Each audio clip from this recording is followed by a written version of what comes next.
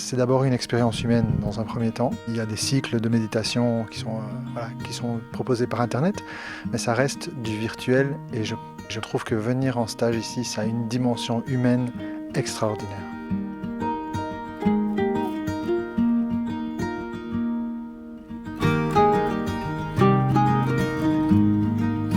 Ce qui se passe entre les gens, jamais on peut l'avoir par Internet ou par quelque chose qui n'est pas humain. Et donc voilà, moi c'est vraiment l'expérience que je retrouve ici. Pour la première fois, j'ai été bluffé de cette dimension humaine et de ce qu'on pouvait faire ensemble. On a pu méditer bien sûr, mais pas que. On a pu faire des rencontres, on a pu échanger beaucoup d'amour, échanger sans préjugés. Vraiment se faire des cadeaux, puisque c'est le leitmotiv, mais c'est vraiment ça, c'est vraiment se faire un cadeau. Et se faire un cadeau à soi-même et surtout faire un cadeau aux autres pour que ce cadeau il revienne par la suite pour nous et de manière à nous faire évoluer, de manière à nous faire, grandir. Qu'est-ce que la méditation? Pourquoi tu fais un stage de méditation? C'est une question que les gens nous posent et je ne savais pas quoi répondre. Parce que c'est quoi la méditation? C'est prendre conscience de ce qu'on est, de ce qu'on vit, de qui on est, de vers où on veut aller. Le fait de le faire en vrai, avec des vrais gens, et pas de le faire tout seul dans son salon, ça donne une vraie dimension, une vraie dynamique.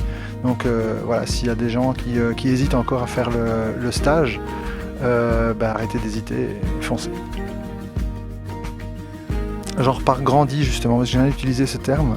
Moi, ça fait des années que je fais entre guillemets, de la méditation, pas que la méditation avec Bruno, mais j'ai fait d'autres méditations aussi, et je me retrouve dans celle de Bruno.